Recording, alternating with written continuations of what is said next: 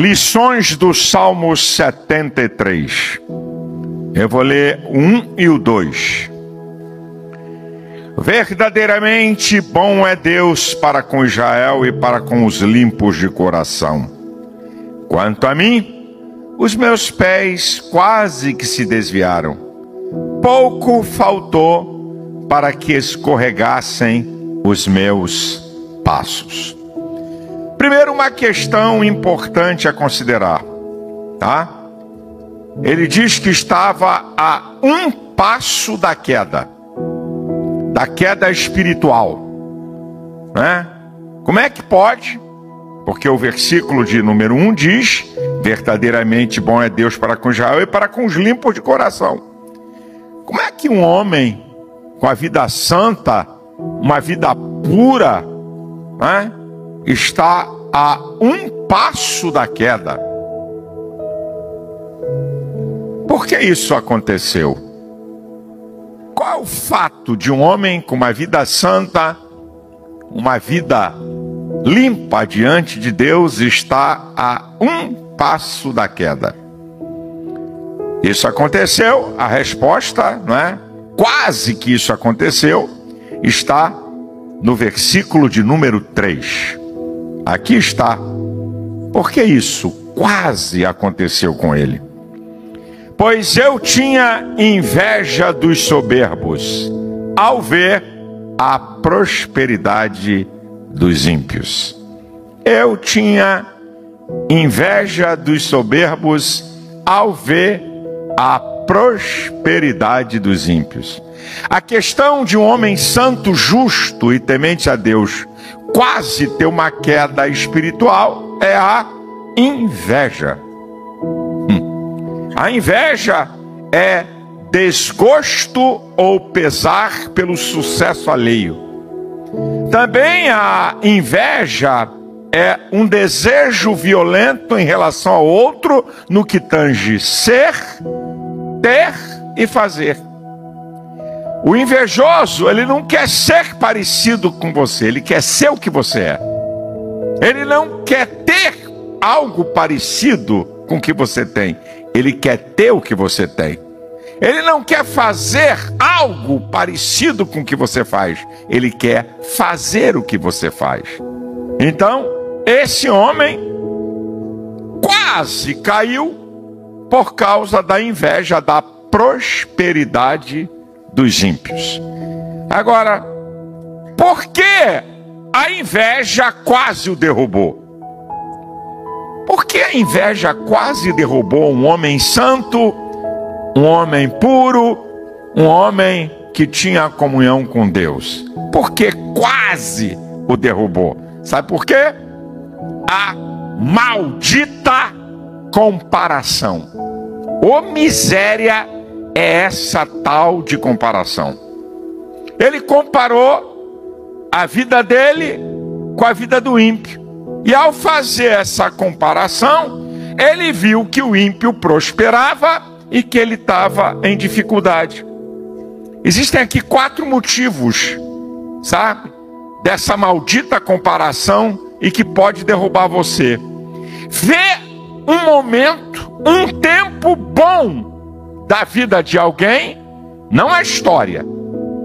Olha para uma pessoa, vê um tempo bom que ele está vivendo e olha para a tua história e faz uma comparação com o tempo ruim que você está vivendo.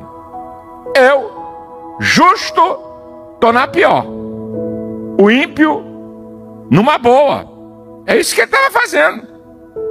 Ele analisa os pontos fortes de uma pessoa em relação aos pontos fracos dele mesmo. Então faz essa análise. Riqueza, o cara está rico, eu estou pobre. Bonança, eu em adversidade.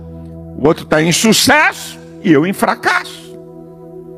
Essa comparação que se faz. O outro vive melhor e eu que temo a Deus vivo pior. O outro é superior e eu inferior. Está aqui. Essas comparações que o salmista fez em olhar o seu momento de vida e o momento de vida do ímpio. O ímpio está numa boa e eu estou numa ruim.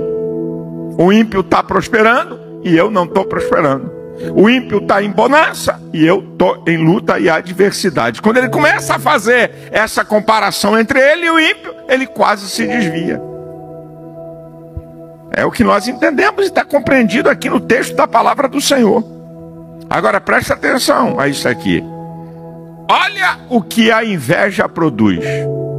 Olha que a inveja, se você pensa que a inveja é uma coisinha simples, olha o que é que a inveja produz. Versículo 21, 17. Em primeiro lugar, desculpa. Vamos lá, é isso mesmo. Do versículo 21 ao 17. Do versículo, Jesus, do versículo 21 parte A. Pronto, fica melhor. Assim, olha o que a inveja produz. Salmo 73, versículo 21, a parte A. Assim, o meu coração se azedou. A inveja produziu nele amargura no seu coração. Ele ficou amargo por ver que estava em dificuldade e o ímpio prosperando. Provérbios 17, 22 diz que o coração alegre serve de bom remédio. Um coração alegre serve de bom remédio, mas o espírito abatido virá a secar os ossos. Olha que coisa. Você pensa que não tem interferência no seu organismo? Se o seu coração está azedo, amargurado ou não, você está muito enganado. Segundo lugar, a continuação do versículo 21. O meu coração se azedou, sinto picadas nos rins, sofrimento no corpo por questões emocionais. A Bíblia é sensacional. Quando nem se falava em doenças psicossomáticas, produzidas pela mente, pelas pelas emoções que vão afetar o soma. A Bíblia é o corpo, soma é o corpo, psicossomática. Então, veja, olha o que a Bíblia está afirmando há milhares de anos atrás, quando a ciência nem sonhava, nem imaginava com isso. O coração dele fica azedo, amargurado, e o resultado é que ele vai sentir no seu corpo o resultado dessa amargura. Gente doente, com doenças graves, inclusive câncer, por questões emocionais. Eu não vim aqui dizer que toda pessoa que tem câncer é por questão emocional. Por favor, viu, irmão? Mas eu estou dizendo que pessoas com doenças graves e diversas doenças, que a origem são as amarguras da alma. Está aqui o texto. Não estou forçando nada. Tá? Provérbios 14, 30 diz que o coração com saúde é a vida da carne, mas a inveja é a podridão dos ossos. Que é isso? Osteoporose, não é? Não é isso? Osteoporose. Diz o português certo aí. É hoje. É isso aí. É isso aí. Olha aqui, rapaz, olha o que a Bíblia está falando, gente. Isso aqui é sério demais. Olha o resultado da inveja. Coração amargurado, doenças no corpo e terceiro. Olha o texto, é o que o texto está dizendo, não sou eu não, meu irmão. Olha o que ele está dizendo no versículo 22. Assim me embruteci, nada sabia, era como animal perante ti. Estupidez, ignorância, irracionalidade. Olha o que a inveja fez na vida desse homem. Amargura, cara santo, hein? Cara de Deus, hein? Fiel ao Senhor, hein? Amargura no coração, que leva a doenças no organismo e que leva a pessoa a virar uma estúpida, medíocre. Está aqui o texto. Que chega a ficar irracional, isso é, O ser humano é um ser racional, atitude animal.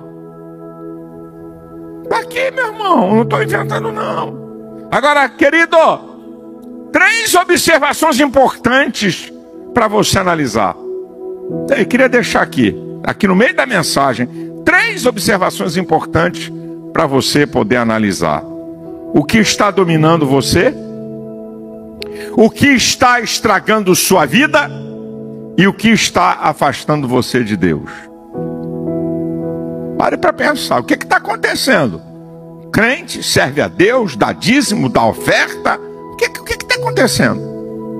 O que está dominando você? O que está estragando a tua vida? O que está te afastando de Deus?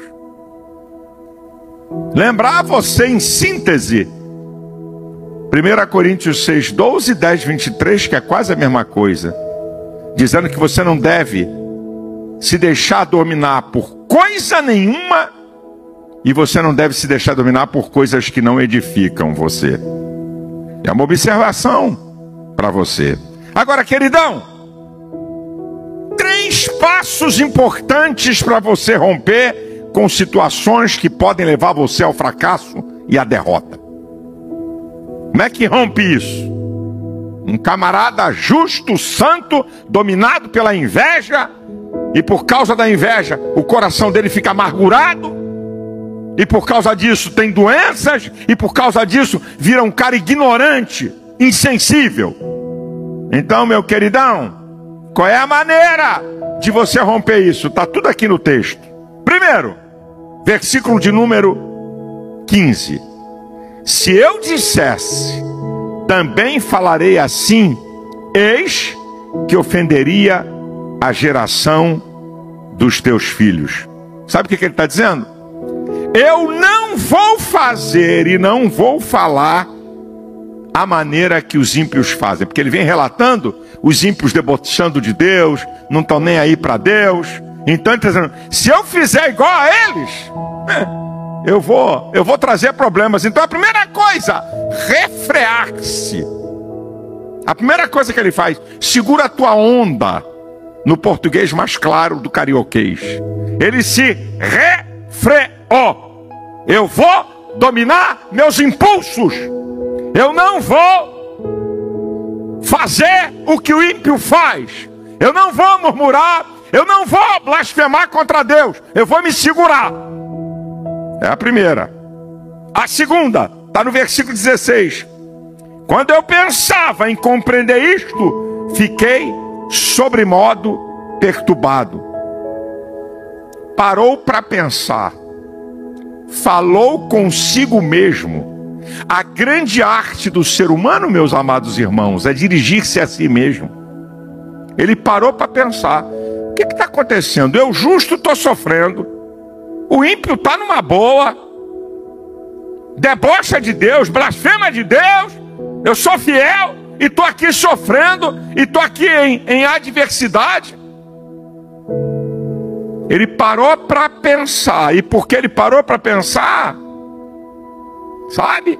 As pessoas não querem analisar as questões da sua vida a partir de si mesmo. Querem analisar a partir do outro. Porque dirigir-se a si mesmo dói. Quando você faz uma análise introspectiva, você vai descobrir que muitas tribulações e adversidades e dia mal, nós temos uma participação grande. Então, isso machuca. É melhor eu falar do outro. É melhor eu ver o outro do que olhar para mim mesmo. Agora, olha que coisa interessante. Olha que coisa interessante desse camarada aqui. Porque ele dirigiu-se a si mesmo não significa que você vai ter todas as respostas.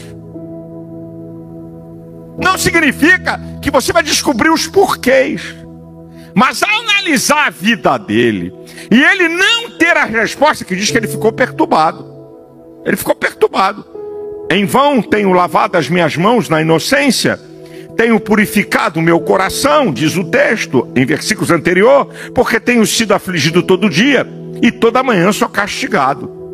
E o ímpio está numa boa, vivendo numa boa. Quando ele tentou pensar e analisar, Ele não encontrou respostas dentro dele mesmo. Mas isso fez, por ele não encontrar respostas, porque muitas vezes você vai analisar questões da sua vida e você não vai ter respostas em você mesmo. Mas por causa disso, ele dá o terceiro passo. Ele foi buscar a resposta em Deus. Porque quando você não encontra respostas em você mesmo, é porque você primeiro analisou. Não ficou analisando a vida dos outros, nem comparando a tua vida com a vida dos outros. Mas quando você vai buscar isso e você não encontra, você só tem um caminho. É buscar de Deus a direção. É buscar de Deus as respostas. E aí ele deu o terceiro passo. E quando nós buscamos de Deus respostas para coisas que não entendemos e que não sabemos, a Bíblia diz em Provérbios 16:1 que do homem são as preparações do coração, mas do Senhor a resposta da boca. Deus tem todas as respostas que você não encontra nem em você nem em ninguém. Deus tem todas as respostas para as celeumas, para os dilemas, para os questionamentos que temos na vida. Ele tem as respostas. E quando ele vai buscar de Deus as respostas para entender, ele justo sofre. O ímpio sem vergonha debocha de Deus e está numa boa. Aí, meu queridão, você vai ver o resultado e as conclusões que ele chegou. Acompanha comigo. Você vai ver como é importante a gente buscar a Deus. Cuidado, quem você está ouvindo? Quem é que está te dando conselho? Quem é que está te dando a direção para esses questionamentos? Quando ele busca de Deus, ele vai encontrar conclusões e resultados para a sua vida. Acompanha comigo que é muito interessante. Acompanha comigo, por favor, para você ver como é interessante. Olha o primeiro resultado. Está do versículo 17 da parte B até o 20. Então entendi eu o fim deles. Certamente tu os pusestes em lugares escorregadios, tu os lanças em destruição, como caem na desolação, quase no momento ficam totalmente consumidos de terrores, como faz com um sonho o que acorda, assim, ó Senhor, quando acordares, desprezarás a aparência deles. Primeira conclusão que ele chega: o fim dos ímpios. Estão numa boa, está tudo dando certo, está próspero, mas Deus os coloca em lugares escorregadios, como em um momento acaba. Ele começa a receber as respostas daquilo que estava tirando a paz dele. Olha que interessante, olha o que ele está dizendo no versículo de número 23. Todavia estou de contínuo contigo, tu me segurastes pela minha mão direita. A presença e o sustento de Deus o tempo todo, mesmo na adversidade, mesmo na luta, mesmo no dia mal, tu estás comigo. O Senhor não me despreza, o Senhor me sustenta no dia mal. Olha a conclusão que ele chega, é interessante, versículo 24, a primeira parte: guiar-me-ás com o teu conselho.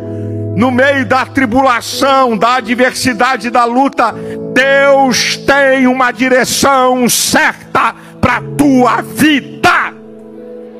Olha a conclusão que ele chega. E depois, continuação do versículo 4: e depois me receberás em glória, confiança no futuro, A coisa pode estar ruim agora, eu posso estar atravessando tribulação, eu posso ter luta, o choro pode durar uma noite, mas amanhã vai ter alegria, vai ter virada, vai ter novo tempo, vai ter novo dia. A minha vida não vai ser o tempo todo adversidade. Olha a conclusão que ele chega, em quinto lugar, versículo 25, a primeira parte. A quem tenho eu no céu, senão a ti? Reconhecimento da dependência de Deus. Olha a segunda parte do versículo. E na terra não há quem eu deseje além de ti. O que ele está dizendo aqui, meu irmão? Ele está dizendo que olha, é interessante isso aqui, o meu desejo profundo está relacionado a Deus. Eu te desejo, Deus. Eu te desejo. Eu reconheço a minha dependência de ti. E o meu coração, a minha alma te deseja. Como o servo brama pelas correntes das águas, a minha alma suspira por ti, ó Deus. A minha alma tem sede de Deus, do Deus vivo. Quando me encontrarei e me apresentarei ante a sua presença? Olha a conclusão que ele chega. Está no versículo de número 26. A minha carne e o meu coração desfalecem, mas Deus é a fortaleza do meu coração e a minha porção para sempre. Eu sou limitado, mas Deus é um provedor eterno de todas as minhas necessidades. Oh, aleluia! Olha a conclusão que ele chega no versículo 27. Pois eis que os que se alongam de ti perecerão. Tu tens destruído todos aqueles que apostatando se desviam de ti. Aquele que se afasta de Deus e o nega é levado à destruição. Meu irmão, isso aqui é sério. Você está achando que Deus é injusto? Você está achando que Deus não está olhando para você? Então eu vou abandonar Deus, é mesmo? A apostasia e negar a Deus leva à destruição. É o que nós encontramos aqui. Agora, presta atenção, versículo 28. Mas para mim, bom é aproximar-me de Deus, pus a minha confiança no Senhor. Até aqui. Relacionamento íntimo com Deus nos leva à vitória. Para mim, bom é aproximarmos de Deus, pus a minha confiança no Senhor Deus. Eu estou perto dele. Se eu estou perto dele, a derrota não vai me destruir. E aí ele vai terminar o texto, o versículo 28, dizendo: para anunciar todas as suas obras. Ele descobre o propósito da sua vida. O propósito da sua vida é anunciar aquilo que Deus faz, aquilo que Deus é, aquilo que Deus realiza. Você está fazendo isso? Ele descobre: o meu propósito não é ficar murmurando, meu propósito não é ficar reclamando, meu propósito não é ficar chateado, meu propósito é anunciar todas as obras. Agora presta atenção nisso aqui. Qual é a conclusão final que ele chega? Há uma conclusão final. O Salmo 73 é interessante. O Salmo 73, o fim é o primeiro versículo. O Salmo é invertido. Ele primeiro faz uma declaração e depois ele conta a história. Qual é a conclusão final? Está no Salmo 73, versículo 1. Verdadeiramente bom é Deus para com Israel e para com os limpos de coração. Qual é a conclusão final que ele chega? A bondade de Deus nos cerca. A conclusão final que ele chega é essa: a bondade de Deus nos cerca. E porque a bondade de Deus nos cerca, nós temos motivos para louvar o seu nome. Diz o Salmo 136, os primeiros versículos: louvai ao Senhor porque Ele é bom, porque a sua benignidade dura para sempre. Louvai ao Deus dos deuses, porque a sua benignidade dura para sempre. Louvai ao Senhor dos senhores, porque a sua benignidade dura para sempre. Aquele que só faz maravilhas, porque a sua benignidade dura para sempre. 26 vezes o Salmo 136 diz que devemos louvar ao Senhor, porque a qualidade de quem é bom, Deus é bom, a sua benignidade dura para sempre. O que tem trazido você até aqui? A bondade de Deus. Pastor, eu já pequei, já errei. Por que você não foi destruído nem eu? A bondade de Deus. Pastor, meus erros da vida, por que não aconteceu um desastre? Por quê? A bondade de Deus. As minhas lutas, adversidades, por que não me destruíram? A bondade de Deus. A coisa está boa na tua vida? A bondade de Deus. Louvai ao Senhor. É a bondade de Deus. Você está aqui na igreja, você está celebrando a Santa Ceia, você está vivo. É a bondade de Deus que nos cerca. A Ele a glória, a Ele o louvor, a Ele a adoração. Você pode adorar a Deus, você pode louvar o seu nome. A bondade de Deus nos cerca. Aleluia. Apesar da luta, apesar da adversidade, apesar do dia mau, guiar-me-ás com teu conselho, e depois me receberás em glória. Ei, o final é glorioso, o final é eterno, o final é sublime. Por isso que Paulo diz em 1 Coríntios capítulo 15, versículo 39, se esperarmos em Cristo somente nesta vida, somos os mais miseráveis de todos os homens. Aqui tem luta, aqui tem tribulação, aqui tem adversidade, mas querido, isso não é motivo para você baixar a cabeça, nem ficar amargurado, nem triste. Tudo isso é propósito de Deus para aperfeiçoar você. Mas vai chegar o dia que Ele vai limpar dos teus olhos toda lágrima. Não vai haver dor, nem morte, nem dia mau. Ei, a bondade de Deus nos cerca. A Ele a glória, a Ele o louvor, a Ele a adoração. Seja exaltado esse Deus que nos trouxe até aqui e nos levará até o seu propósito final. Você tem glória a Deus aí, meu irmão? Você tem um aleluia aí? Você tem um louvado seja Deus?